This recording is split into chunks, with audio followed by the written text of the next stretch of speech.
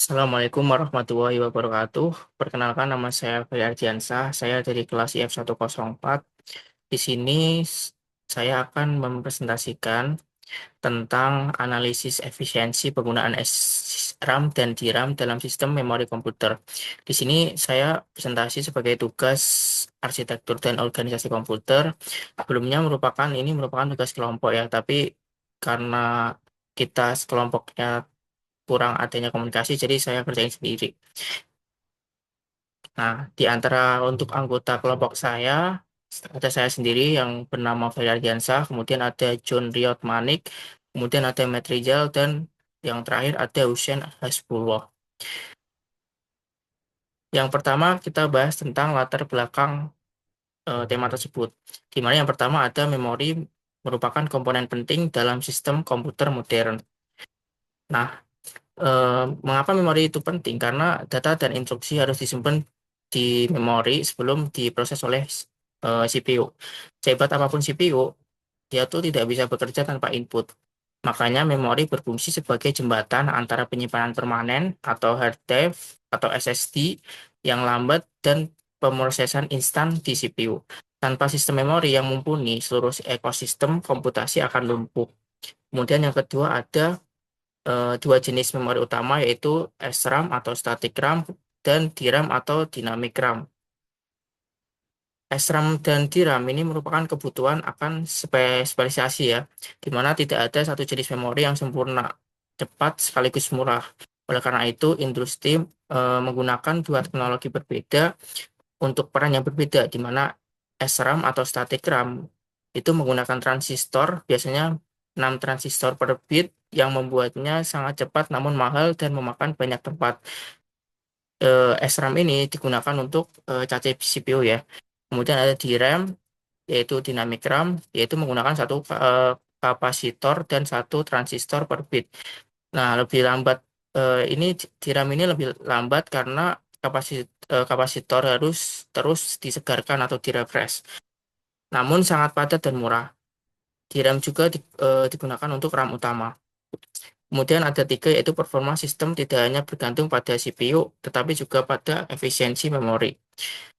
Nah, ini artinya efisiensi memori ini memastikan jalur distribusi data atau bandwidth ya, dan waktu respon atau latensi agar tidak menjadi penghambat. Kemudian yang keempat, muncul fenomena memory wall atau kecepatan CPU meningkat lebih cepat dibandingkan kecepatan memori.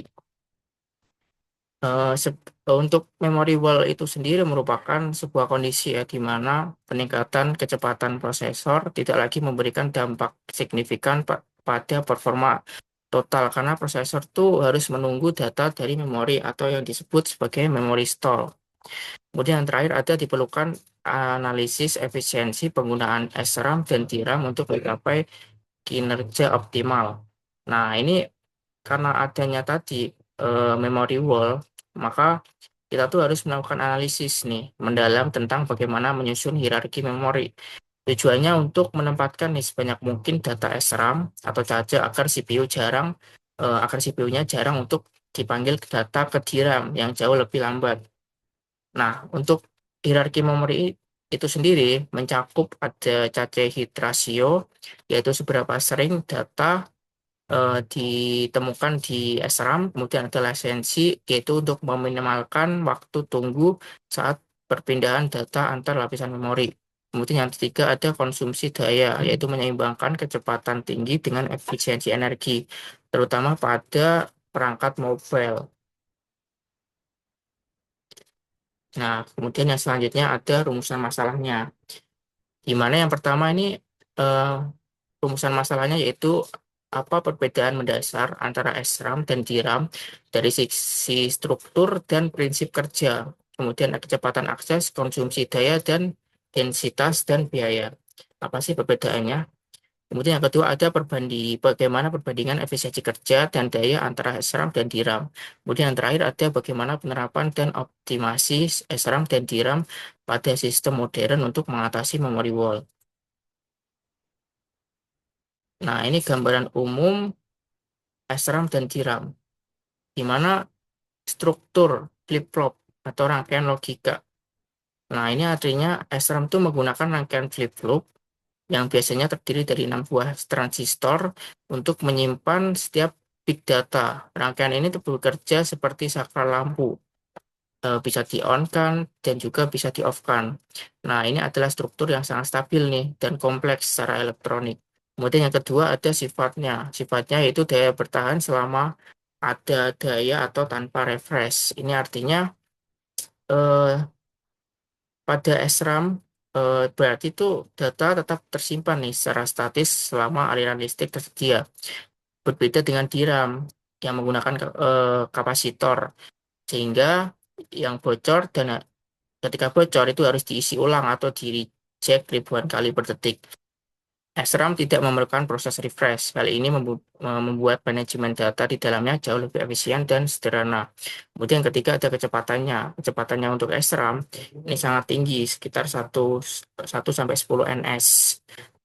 Nah, karena strukturnya yang berbasis transistor murni dan tidak butuh waktu untuk pengisian muatan listrik, SRAM itu tuh mampu merespon permintaan data dalam hitungan nanodetik.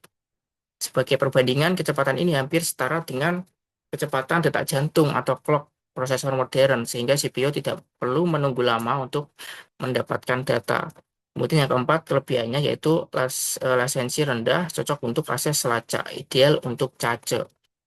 Nah, ini tadi ya, karena kecepatannya luar biasa, SRAM itu ditempatkan di garis terdepan sebagai cache. Nah, cache ini berfungsi untuk menyimpan instruksi yang paling sering diulang oleh CPU. Latensi yang rendah memastikan aliran instruksi ke otak komputer itu tidak terputus sehingga mencegah terjadinya bottleneck.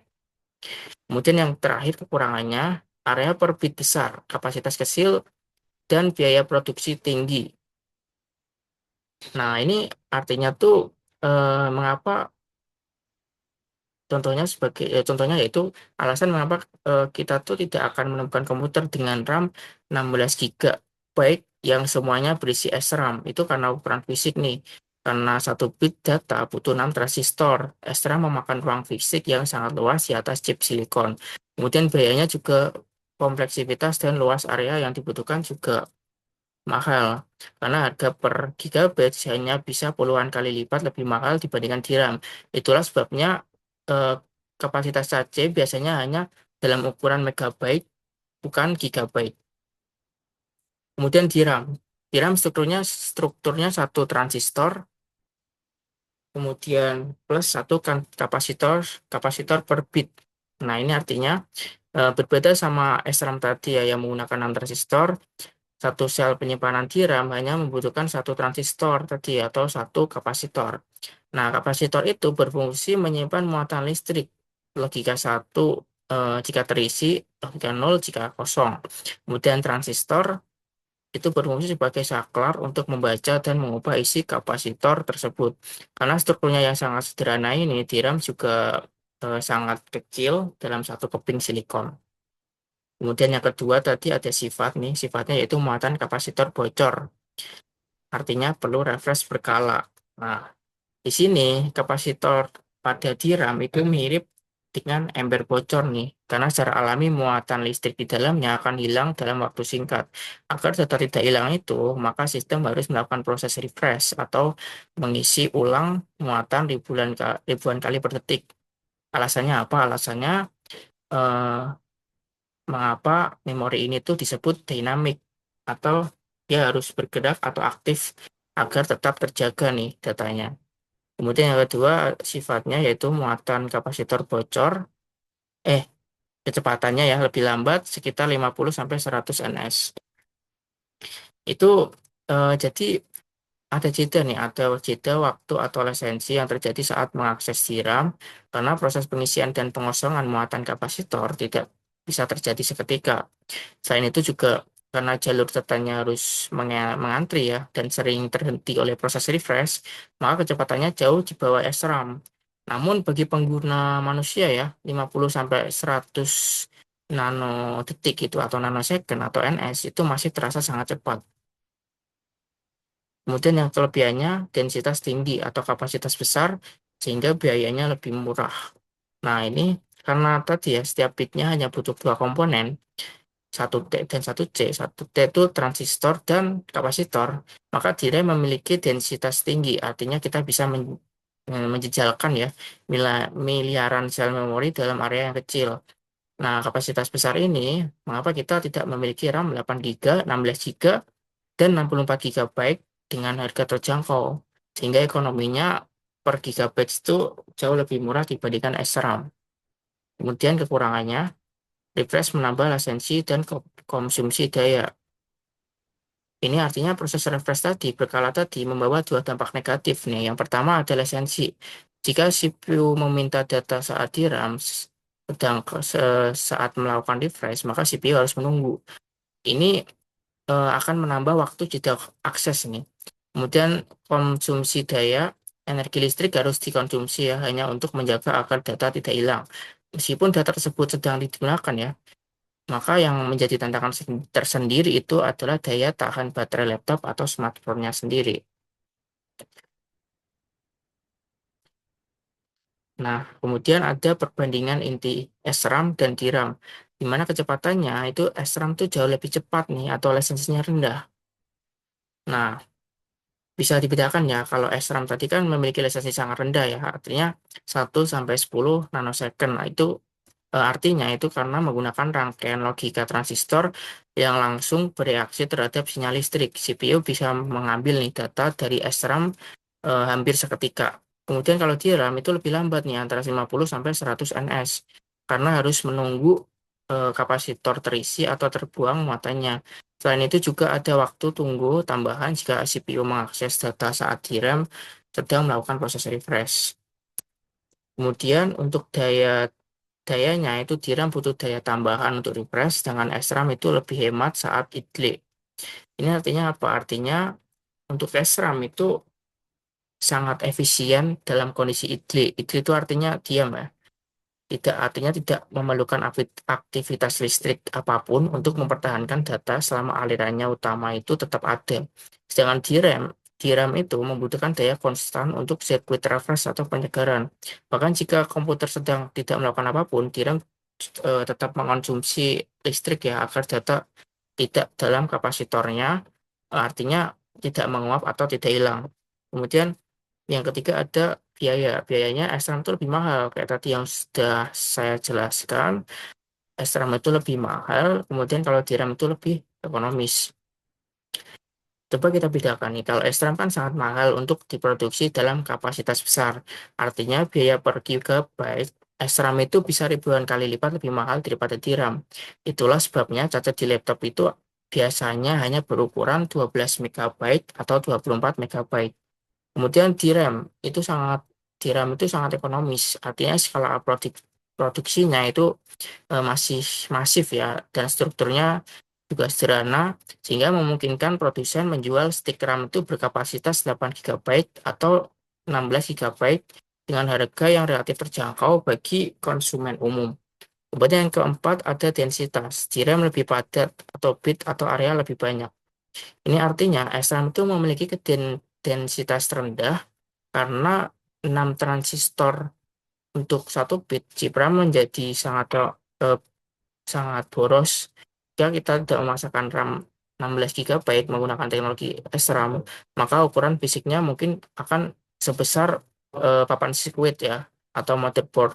Kemudian DRAM memiliki densitas sangat tinggi, artinya karena hanya butuh satu transistor dan juga satu kapasitor per bitnya, maka miliaran sel data itu dapat dipadatkan ke dalam satu keping kecil silikon. Kemudian pemakaian SRAM, ada cache atau level cepat. Kemudian di RAM ada memori utama.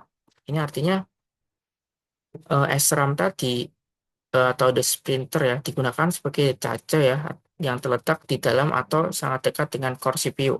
Perannya itu untuk menyediakan data darurat yang paling sering digunakan agar CPU tidak perlu sering-sering memanggil memori luar.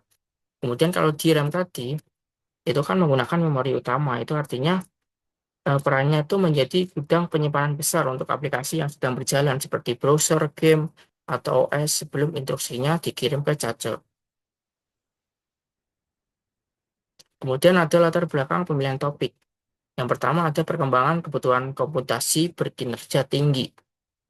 Ini artinya era digital era digital kan udah mendunia ya, dan berkomputasi dengan sangat tepat. Artinya aplikasi-aplikasi baru seperti kecerdasan buatan atau AI, pembelajaran mesin, analisis data besar, dan pemrosesan yang secara langsung membutuhkan penggunaan memori yang sangat besar dengan waktu jeda yang sangat sedikit. Nah, keadaan ini menyebabkan munculnya suatu masalah yang disebut sebagai dinding memori, di mana kecepatan prosesor jauh lebih cepat atau tinggi ya daripada kemampuan memori dalam menyediakan data. Jarak antara kecepatan prosesor dan memori itu semakin melebar sehingga mengoptimalkan memori menjadi hal yang sangat penting untuk meningkatkan kinerja keseluruhan sistem. Kemudian yang kedua ada tantangan keterbatasan memori dalam prosesor modern. Nah, ini artinya prosesor modern itu kan menggunakan desain multi-core ya, dan kecepatan jam tinggi membutuhkan aliran data yang stabil dan cepat. Nah, masalah ini semakin sulit karena aplikasi yang semakin kompleks membutuhkan akses memori yang acak dan intensif. Artinya, aplikasi pembasis basis data, sensor web, dan juga sistem virtualisasi itu tuh membutuhkan kinerja memori yang sangat baik untuk menjaga agar sistem tetap responsif atau lancar. Kemudian yang ketiga ada keterbatasan kapasitas dan kecepatan sebagai faktor penentu efisiensi. Nah, dalam merancang sistem komputer itu kan diperlukan ya penyeimbangan antara kecepatan, kemampuan, pengeluaran, dan juga penggunaan daya. Nah, maka SRAM kan menyediakan kecepatan ya yang paling tinggi, tapi dengan biaya yang terbatas. Tapi di sisi lain, DRAM juga memberikan kapasitas yang besar, tetapi harganya juga lebih rendah. Tapi kecepatan tidak secepat SRAM tadi. Nah, menemukan kombinasi terbaik dari kedua tipe memori ini sangat penting ya, karena untuk mencapai efisiensi sistem yang baik, struktur memori yang dirancang dengan baik bisa memberikan performa yang hampir sama dengan SRAM dengan biaya yang mendekati DRAM. Namun, untuk mengetahui pengaturan yang paling tepat, dibutuhkan pemahaman yang mendalam tentang sifat dan pertukaran dari masing-masing jenis memori. Kemudian ada analisis efisiensi kinerja daya, ruang, dan biaya produksi. Nah, analisis efisiensi kinerja yang pertama, ada parameter. Parameternya adalah sensi, bandwidth, pola akses data. Kemudian SRAM itu unggul untuk akses cepat dan acak tanpa refresh. Kemudian DRAM itu lebih cocok untuk eh, proses berurutan dan dapat memanfaatkan perfect perfecting. Kemudian hierarki memori membantu mengurangi dampak lisensi DRAM. Kemudian untuk analisis efisiensi daya ada yang pertama yaitu DRAM. DRAM itu boros tambahan karena proses refreshnya itu berkala. Nah, untuk optimalisasi DRAM modern itu ada satu PASR atau Particle Array Self Refresh, kemudian ada TCSR atau Temperature Compressed Self Refresh. Nah, ini tujuannya untuk menekan konsumsi daya refresh dalam teks eh, bisa turun, bisa naik. Jadi dia tuh signifikan pada kondisi tertentu. Kemudian ada efisiensi ruang dan biaya produksi. Yang pertama ada DRAM ya. DRAM itu lebih efisien ruang karena sel sederhana dan densitasnya tinggi. Kemudian DRAM dapat menyimpan lebih banyak bit per area chip dibandingkan SRAM. Nah, ini cocok untuk perangkat dengan keterbatasan ruang fisik, contohnya laptop dan smartphone. Kemudian SRAM kurang cocok untuk kapasitas besar karena mahal dan memakai area. Kemudian selanjutnya ada deskripsi gambaran aplikasi terhadap penggunaan SRAM dan DRAM. Yang pertama ada prosesor modern.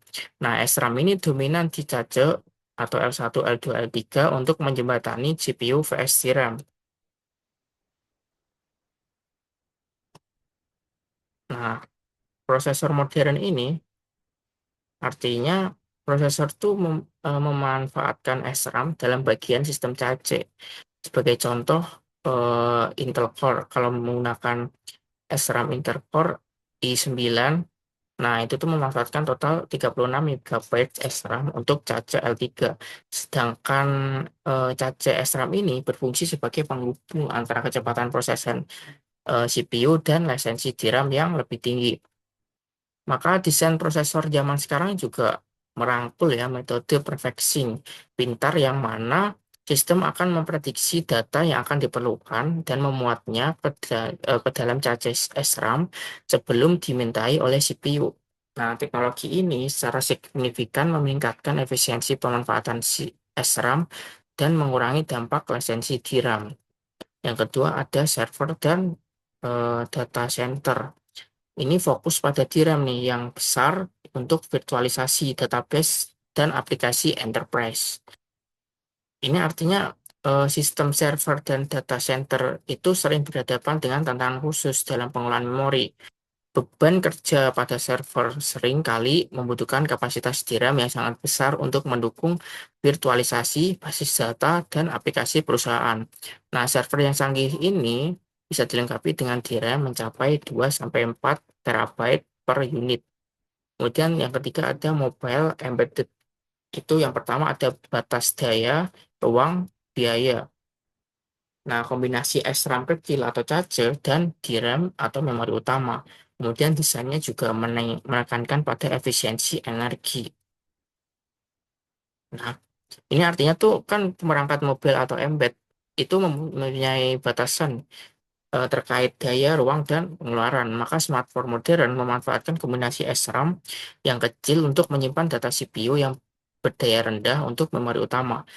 Nah, karena keterbatasan ini, sistem memori pada perangkat itu dirancang secara sangat efisien untuk menjaga kinerja optimal dengan konsumsi daya minimal. Nah, kemudian kesimpulannya. Jadi kesimpulannya, SRAM itu sangat cepat ya, atau latensi rendah, sehingga cocok untuk cache. Namun SRAM juga mahal nih dan kapasitasnya juga kecil. Kemudian DRAM, kalau DRAM itu kapasitasnya besar, murah, dan densitasnya tinggi. Namun DRAM itu lebih lambat dan butuh refresh tiap kita menggunakan, sehingga efisiensi sistem dicapai melalui hierarki memori atau menggabungkan kecepatan SRAM dan kapasitas DRAM. Kemudian yang ketiga ada strategi. Nah, strateginya yaitu untuk mengurangi dampak memory wall pada komputasi modern. Nah, ini merupakan daftar pustaka yang saya gunakan untuk menyusun presentasi yang saya buat. Terima kasih atas presentasi yang sudah saya jelaskan. Kurang lebihnya mohon maaf. Wassalamualaikum warahmatullahi wabarakatuh.